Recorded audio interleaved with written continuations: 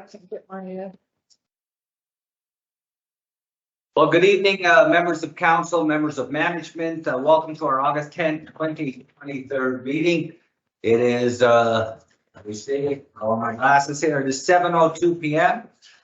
I would ask a member of council to move that we adopt the agenda as circulated. Moved by Councilor Myra White, second Councilor Tracy Boland. All in favor? Aye. Motion carried. Just want to say absent tonight is Councilor Lenny Tiller, unavailable this week for meetings. Just want to say that welcome to all participants to our public meeting. Although you're really not participants, you only get to listen. But I just want to say that the great town of Stephenville today is blessed with some rain. Lots of parts of this planet is not getting enough rain. And there's been a lot of forest fires, even in Hawaii. On the island of Maui, they've been hit pretty hard. So the extent of global warming, I got to say, it is real. And Stephenville, Newfoundland, and Canada will play a critical role in producing green hydrogen to help with the energy demands of major industries, major companies, major G7 countries, and Stephenville is on the map. So in saying that, I'd also like to start off by saying that we are on Indigenous lands, so we respectfully acknowledge the town of Stephenville as the ancestral homeland of different populations of Indigenous people. We also acknowledge with respect the rich histories and cultures of the Beothuk, the Mi'kmaq, Innu, and Inuit of the province of Newfoundland and Labrador. Okay. We'll move to item number 4, the approval of the minutes from our previous meeting. That was July the 20th, 2023. That was circulated by our town clerk via electronic media. I would ask a member of council that we approve those minutes. Moved by Councilor Tracy Boland, seconder. Second, Deputy Mayor Susan Fallow. All in favor? Aye. Okay. Are there any matters arising from those minutes? Nope. And we have no proclamation or delegations tonight, Jennifer? Okay. So we'll go into our committee reports, and I'll turn it over to our trusted Chair of Finance, Councilor Myra White, for item number 7. Thank you, Mayor. You're welcome. Finance Committee met on August the 8th, 2023, and the following items were recommended for council approval. Item number 1, Property Collections Report. That the following be approved as listed. A, property tax write-off in the amount of $1,836.88. Item number B. I'm sorry, I just have to get this one individually. I think he's Okay. fine. I'll do it all. A, property tax write-off in the amount of $1,836.88. I so move. Moved by Councilor Myra White, seconder. Second, Councilor Laura Aylward. All in favor? Aye. Motion carried. 1B, water and sewer tax adjustments of $1. I so move. Moved by Councilor Myra White for the adjustment of $1. Every dollar counts these days. Can I get a seconder on that? Second by Councilor Tristan Yulin. All in favor? Aye. Motion carried. Item 2, accounts payable, requesting approval to pay accounts payable for July 2023 in the amount of $268,351.94. I so move. Moved by Councilor Myra White, seconder. Second. Second, Deputy Mayor Susan Fallow. All in favor? Aye. Motion carried. Item number 3, expense checks, requesting approval to pay expense checks for July 2023 in the amount of $368,803.35. I so move. Moved by Councilor Myra White, seconder. Second, Councilor Laura Aylward. All in favor? Aye. Motion carried. Item number 4, request for donation, Run the Rock, Make-A-Wish. Requesting approval to give a donation in the amount of $300 to Run the Rock, Make-A-Wish Foundation. I so move. Moved by Councillor Myra White, seconder. Second. Second, Deputy Mayor Stephenville. I'd just like to say that, our Canadian military play a big role in the defense and the sovereignty of our country. And being a veteran myself, I believe our CAO is a veteran also. But, when you step forward to put on a uniform for your country, whether it's Canada, whether it's the Ukraine, it is a big sacrifice to make, that you're going to defend the liberties and the sacrifices that everybody has to make. And it's when you see an event like this and they're raising funds for charities of different types, they're to be commended. And when they run a rock, let me tell you something, that's a big feat, because this island is a big island. It's bigger than Germany in landmass. Thank God they're not running all around it, because it's actually 10,000 miles if you had to go to coastline, which is twice the distance from Vancouver to St. John's.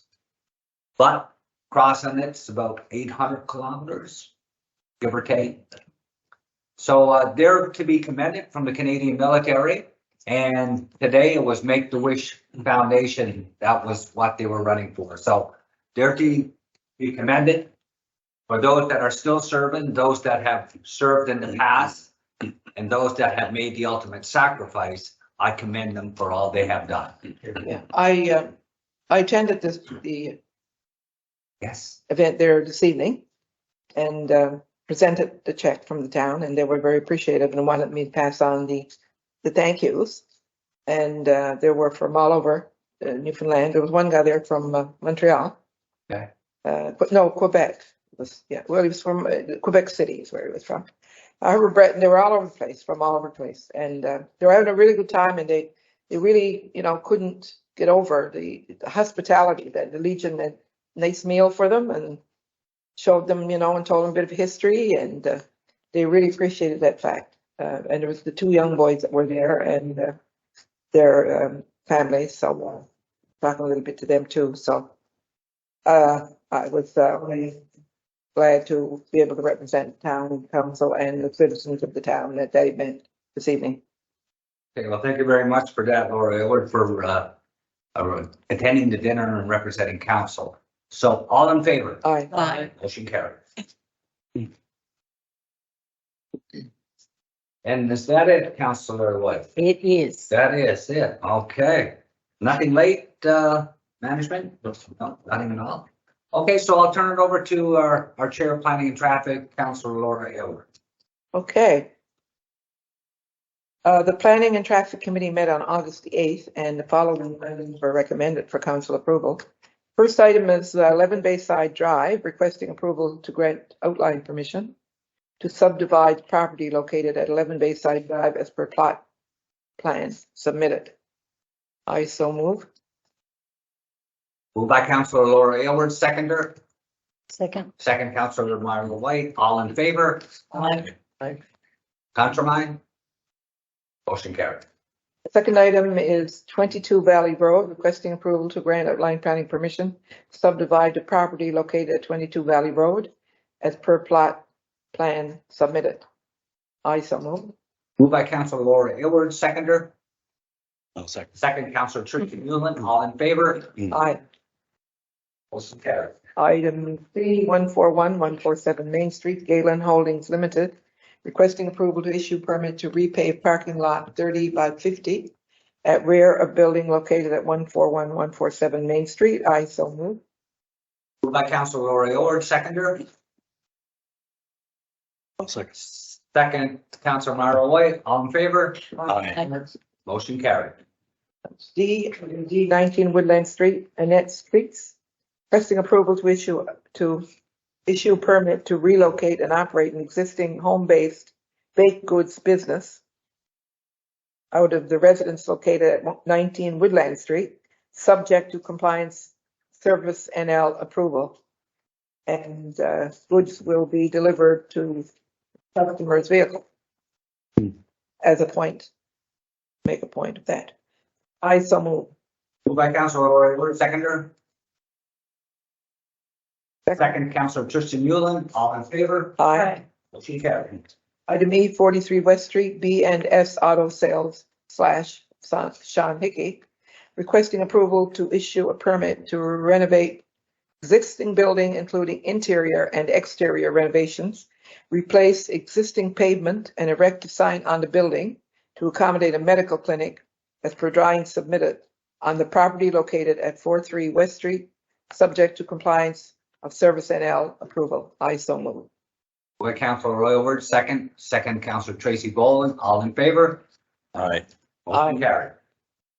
Number F, 21 St. Stephen's Street, requesting approval to grant outline planning permission to the applicant to construct a 6.5, I guess 6.5 feet and 16 feet extension on the rear of the house located at 21 St. Stephen's Street.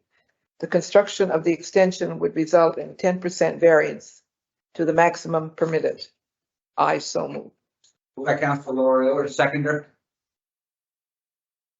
by Councilor Tracy Boland. Just want to say that, we are in the metric system quite some time.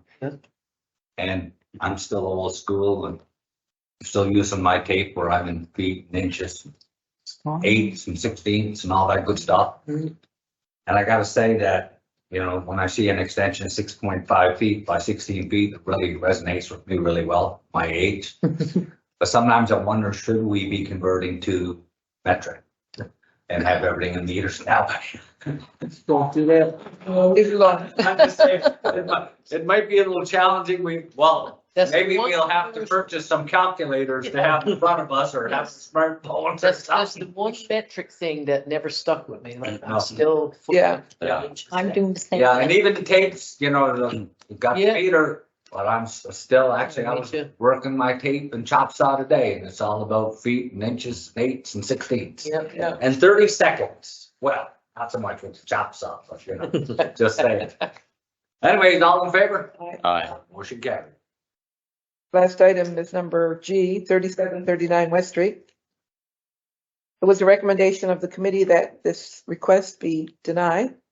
Outline planning permission to construct a fourplex on the property located at 3739 West Street as per Town of Stephenville Development Regulations, 2014, Article 55. No residential or commercial building shall be erected unless the lot on which it is situated fronts directly to a publicly owned and maintained street or forms part of a comprehensive development. I so move. Moved by Councilor Lori Overton, Second. second by Councilor Myra Lake. I just wanted to clarify that a development of this scale do have the option to do the comprehensive development. Yeah, I was just gonna ask if it was Yeah. communicated to them. Yeah. Yeah, there is. It will be communicated. Okay, perfect. Of course, the decision is based on this. Yeah. If it is Yeah. denied, then we'll communicate. Okay, perfect. Okay, all in favor? Aye. I'm voting to deny, right? Correct. Okay, aye. So this is the last of the items for planning, Mr. Mayor. Okay, all in favor? We got that? Mhm. Okay, thank you very much for that. This is Councilor Laura Aylworth. And I gotta say that I appreciate once again that you jumped in, handled that dinner for us tonight, and still made it to the public meeting. Hey, I must say, between the foundation and the town and so on and so forth, but all good, All good. all very interesting and really like what I'm doing today. Good for you. Okay, so item number 8, no bylaws and regulations. I do know I want to give a little update there. We got an update from our town manager today that our departments are working feverishly on new bylaws that will come in front of council for reviewing, editing, and adoption. And we're hoping in September for a whole suite of bylaws that will, policies, that will be passed through policy or bylaw procedures. And that will get us in sync with the new era of council. That's about as succinct as I could say it, Deputy Mayor. Okay, unfinished business. Do we have any councilors? Okay. I've got a couple, I guess, a couple of new ones, but I got one unfinished business.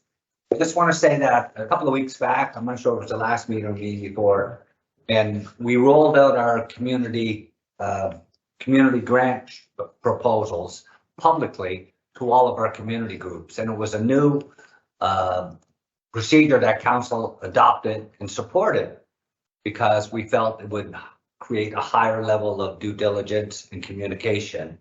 But every time you do something new, as you well know, there are challenges with it. But the good thing was it gets every community group out there recognizing that the town of Stephenville do have a community grant procedure. And we did see some new entrances coming from the last step. But at the meeting, I had said that in an interview that we as council and staff, we could have done a better job communicating. And that goes for everything we do as a public body, that we could actually do a better job of communicating. Just like we're handling a public meeting tonight, I'm sure we could be critiqued about, we could have done a little bit better job communicating. But it's a little challenging in the town where you don't have a radio station now, you don't have a paper, and the means other than social media or a Facebook live stream, there's not a whole lot of mechanisms, websites. You can do print media, and we're going to look at doing that. We're looking at having public meetings starting quarterly in September. But I just want to make a statement from that meeting. So basically, the intent of my public statement to the media a few weeks in reference to our new community grant program was to clarify that council and the town of Stephenville should continuously improve our communications with our community. It was not my intention to suggest that staff did not communicate as directed. I and my council have the greatest respect for our employees and the exceptional public service work they do every day, except for holidays. But our firefighters and our management actually are on call 24/7. So just for clarification there. I will also like to inform that we will shortly be launching our autumn intake for our community grants program and look forward to continuing to support our community groups who also do so much for our community. So I just wanted to clearly state that, okay? Okay, any new business? Not so much new business as updates, and thank yous, I guess, to, first of all, our first Stephenville Day on Main Street Monday past was a great success, and I think thanks to our Recreation and Wellness Department for putting together a wonderful event, lots of good feedback while we were there, and also a thank you to the RCMP who actively participated and did some fundraising by putting us in jail. But having said that, they did raise $2,006 for to go split between the Mothers Against Drunk Driving and the Sick Children's Foundation. So that was a wonderful thing. Tracy and I and the fire chief got soaked today at the Rung Rock event. So that went very well too. They seem to be having a great event there and raising some good money. And also shout out to Daryl Chip, who placed in the disc golf nationals again. He's, as you know, instrumental in getting disc golf up and going here in Stephenville, but he's certainly making a name for himself on the tour. And the other note I had was a reminder, and this is where communication will start to improve, I hope, on this piece, but a reminder to our citizens that we do have a policy around fireworks, which suggests that they are only to happen twice a year, New Year's Eve and July 1st.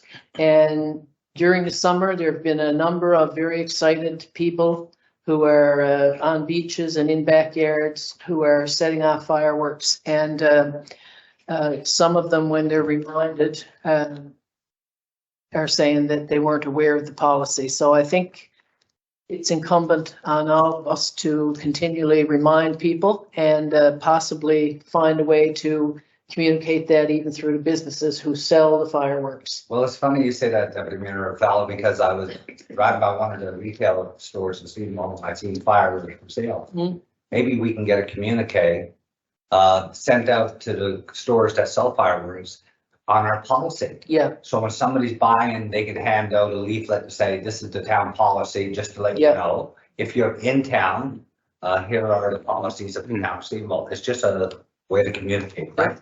absolutely. Okay, Well, I want to say congratulations to Katarina Roxon again too. Well, right. yeah, bronze medal. Story, forgot her. You know what? If you put all the medals around her neck, I can tell you she'd be carrying a heavy load. Yeah. Because she's after winning so many world and Olympic medals. It's just amazing, you know? If we ever actually honored the athletes from this area over the last number of years, we well, over the history of Stephenville, I suppose, we'd I think we'd be shocked. We had the opportunity on Monday to again congratulate the athletes who went to the North American Indigenous Games and to congratulate again the Special Olympians. There's just been for a community our size who has the facilities that we have, but also lacks a lot of training facilities. Like, for example, if you're a, I'm going to say track and field because I forget what it's called now. An athletics, is it? Yeah. Athlete who can't train in the winter because there's nowhere to train. And yet we're winning on the world stage, on the North American stage and so on. So imagine as we grow and improve our facilities, kind of where we're headed and where the people here are headed. So that's a wonderful thing to see. And I've known we have so many priorities as a council, but we have a commitment coming up over the next 3 years from World Energy for $3.3 million. And where we're going to spend that from a vibrancy or community perspective, you can never go wrong with recreation as a part of that contribution that we're going to receive. And we've had many discussions of a positive space indoor facility that our soccer players and baseball players or softball players and track and athletics could be, tennis could be 12 months of the year. Mm-hmm. How much more? And at the end of the day, they said to become a master, you got to spend 10,000 hours at something. Yeah. And that's a lot of hours, but short summer seasons for summer sports, there's not enough time. So, that's something that we will look at definitely. I got a couple of things I want to mention. Last Saturday was sort of a historic day, I guess, for the Port of Stephenville, who is now owned by World Energy and Horizon Maritime. They have in their fleet 14 vessels, but the Polar Prince actually sailed in and spent a day in Stephenville. Councillor Aylward, Councillor White attended the event with me. There was a presentation at our council chambers that morning with young environmental science university students and mentors and coaches. And the program that they're on is called the Blue Economy. And it's about supporting and finding ways to protect our ecosystems around our water. And that's our oceans, our lakes, our streams. And as you all know, 3 parts of the planet is underwater, and there's a lot of protein and a protein source or fresh water that sustains us as humans. Those in about 7 billion people now on the planet. So the work that they're doing is instrumental. Some of these university students could end up becoming policymakers of the future. But what was nice was the Polar Prince was the epic docking of their first ship at their own port. It was pretty impressive. And the ship actually was built in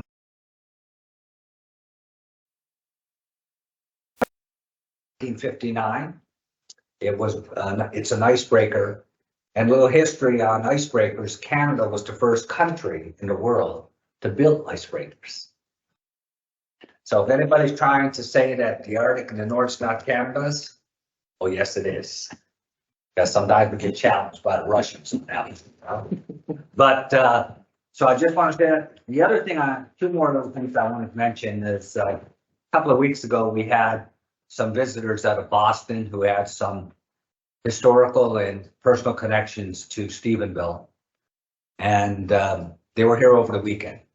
And they got to experience our hospitality, our weather. But a couple of days later, they emailed myself back. I had met them at the airport when they flew in on their own private aircraft. And they basically said in the email that they have not witnessed so much hospitality in their lives. It's probably the best quality air that they have ever breathed in their life in the email. And now they're purchasing a property in the Stephenville area. And it just goes to show that we have so much to offer. And when we say West Coast, best coast, well, I'm just going to say we're the best of the West Coast. Best of the West. Okay, I'm just saying it. I'm a promoter of Stephenville. That's right. Yeah, okay. Yeah, so I thought that was pretty good. The other thing I wanted to mention was before we meet again as a public council, this will be the last public meeting before we hit August 23rd.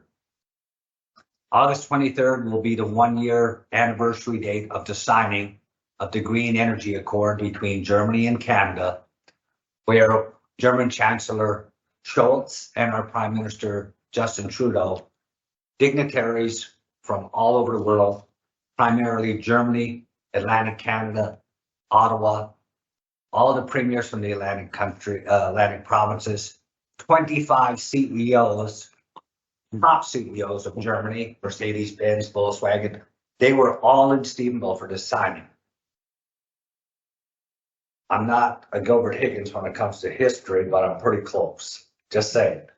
But this will go down to me as the largest political signing in the history of the province of Newfoundland and Labrador.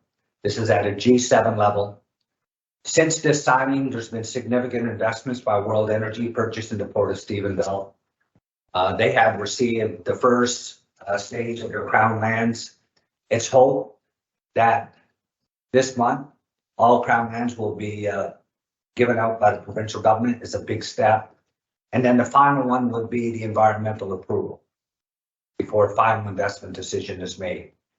But it is rolling along very, very well. This is a signature project of $12 billion. It is scaled. It's the single largest private investment in the history of Atlantic Canada. It's going to be a game changer for Newfoundland in a lot of ways because it has drawn in so much attention from other companies. So just to give you the scale, the project in Stephenville with World Energy is 3 gigawatts. Muskrat Falls is not even 1 gigawatt. It's only 875 megs. So this is like 4 times the size of Muskrat Falls from an energy perspective. But it's going to create a lot of jobs. It's going to create a lot of demands on the town of Stephenville when it comes to housing. That's the biggest one. But we are working on that with our consultants and management team. And we're hoping to meet with provincial leaders, our premier, different ministers to talk about Stephenville's growth because we need attention on Stephenville because not that we're in an emergency position, but we're in a position that our infrastructure has got to be able to keep up in the pace of the growth that's going to happen. They are saying that we may have a work camp scaled in here up to 2,000 workers for 15 years. That's a lot of people. And that's going to draw on a lot of tertiary business. It's going to draw on people who might say, I don't plan to work and live in that work camp for 15 years. Maybe I'll move to Stephenville or Port or St. George's or Robinson's. And I think all the outlying communities are going to be supported and growth in their services needed. So we're poised for significant growth. We're poised for also significant taxation for these major projects coming in from assessment perspectives. Our town staff will have to grow. We're pretty thin on staff, as we well know. But I just wanted to say August 23rd coming up It is a very important day in the history of our town. And that day will go down as an epic day in the history of the town of Stephenville. So I'm very proud of that day. So on that note, anything else? Yeah, nice speech. The only thing I have is I had a call from a person that lives on New Mexico Drive. And it's the same story that we've heard so many times, but only it's multiplied. It's really, really bad. That street is now for speeding traffic, different ATVs, motorized bicycles, all hours, day and night, speeding down New Mexico Drive. And there was a child killed on New Mexico Drive many years ago. We know that. I didn't know that. Yes, there was. Yeah, he was on. I forget how old the That's child. when they made it one way after that. I think it was made one way after that, and actually it was would have been family Harold Wells's brother's child, right? And the person said like there's about 50 children from that part of the town, and she's got a grandson, and she just frightened to death. He's not allowed in front at all. And she's wondering, like, she called the RCMP. She didn't get much satisfaction there. And she's wondering, like, why can't we put speed bumps there? It seemed to me we had them there before. Well, I'm so glad you brought that up because lately I've had to make a couple of trips into our neighboring town of Kiffins, and they have some speed bumps. And it actually slows you down because you slow down and go to the speed bump, especially if you know it's there. And we've had some discussion within our planning in the past that, to put them down, you got to drill a little hole in the pavement and it could, eradicate the pavement. But you know what? The more I think about it for me, and I'd like for us to put it back in planning, is that who cares if we're going to tear up a little bit of pavement and it's not going to last for 5 years, it might only last for 4 years. This is safety and this is children. And I think we really should look at those rubberized and going down New Mexico, you come off of that sweeping turn, it's almost like you're on the Indianapolis 500 and you got to slow her down. When you come off that sweeping turn, you're going downhill and people lose control of their speed. It's only 40 kilometers, but I'm sure they're going down there 50, 55. And we do have a lot of children in those apartment complexes, and those semi-detached and duplexes and fourplexes.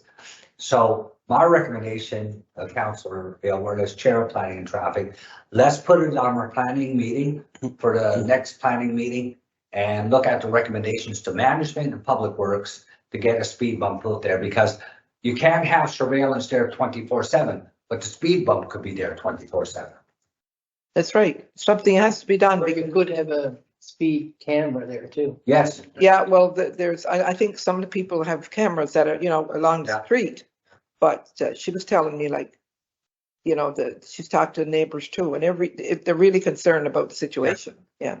And, our town, our residents, our children, our seniors, everybody, we've got to do everything in our power to ensure safety. And I do know one of the things too we've talked about that we're looking at for 2024 is to increase lighting in our town. And we had a presentation, Susan, can you remember about 3 or 4 years ago from Newfoundland Power? They were saying that as the halogen lights, if I get that right, Tristan, as they burn out, they're replacing them with LEDs. The LEDs are much brighter, and if you drive by Stephenville High School, you see those LEDs, how bright it is at the school. But there's pros and cons to LEDs. LEDs come straight down, where halogen light That's right. Our broadcast a little bit better. And I remember that presentation we had. But one of the things we had talked about is we had a policy, probably has been in place since 1952, I don't know, where we have a light on every third pole. Well, maybe, to increase lighting, because lighting is safety. And it mitigates crime and theft and stuff like that. Maybe we, as our taxation increases, we can look at every second pole having a light on. And that would actually light up the town, because even going down Main Street in the nighttime, on a rainy, dark night in the fall of the year, those street lights are terrible on Main Street because they don't give enough illuminacy for safety. So I think that's an issue. Speed bumps is an issue, but I think speed bump on New Mexico is something that we can solve fairly easy. And let's get it on our agenda and get management to look at it. And you're absolutely right. So that certainly will see that goes on the next planning agenda. I did meet with, I call them the big guns, but I did meet with senior management out of, they call it the Western Zone now, but it's Western Health. And a few changes. Some people are there with different titles that were there before. The CAO, no, the Chief Operating Officer, COA, is Tara Freak, who was there in a different role before. Dr. Dennis Rasley, who was Chief of Medical Affairs, is replaced by Dr. Scott McKenzie. I never met Dr. McKenzie before. So it was a great meeting, and the other senior manager there was Jim Wiseman, and he's facilities in some other areas. They've all got different areas, and 2 and 3, some of them. He's also going to be our liaison on the foundation as well. But they were basically said that we have 2 new doctors starting down at the Bay St. George Medical Clinic, and their recruitment is still ongoing for surgeon. Looks like we may have some, when Dr. Crowley leaves the end of August, we may have some other surgeons, maybe one anyway, from a different area coming. And then they also mentioned that they've made some changes in the emergency room area. It's a pilot project and they have a name on it, but anyway, it's when you go in and you get registered, then you get triaged, then you go into a different office and you're told that, you know, this, if you want to see the nurse practitioner, if you want to see a doctor, talk to a doctor virtually or whatever, they gave them their options. And they said, because if you want that rather than wait around and see a doctor, you will get through a lot faster. So that's working pretty well. They're ongoing, looking for a temporary place to place the staff down at Bay St. George Medical Clinic because they just don't have enough rooms. The nurses, they got LPNs there, nurses, nurse practitioners, they got the doctors and dietitians, and they got a whole bunch of staff and they're sharing offices and there's just no room. So they're going to be sending out RFPs for buildings to accommodate them until the new clinic is built. Keep in mind that we're still getting the new clinic, but that's going to take a couple of years. Because I don't know, is that main tender? I think it closes. Closing. Be there 10 days. Pretty soon, right? Today's closed. Today, isn't it? So that's ongoing too. But as she was saying that in the whole area of the Western Zone, which is the Western region, we've not had any closures because of emergencies. We're about the only one probably, which bodes really well for us. Yes. So things are looking, really well, I think the big thing for us too, and we've had many conversations when we meet the Premier and the Minister of Health again, and the different ministers about the growth of Stephenville.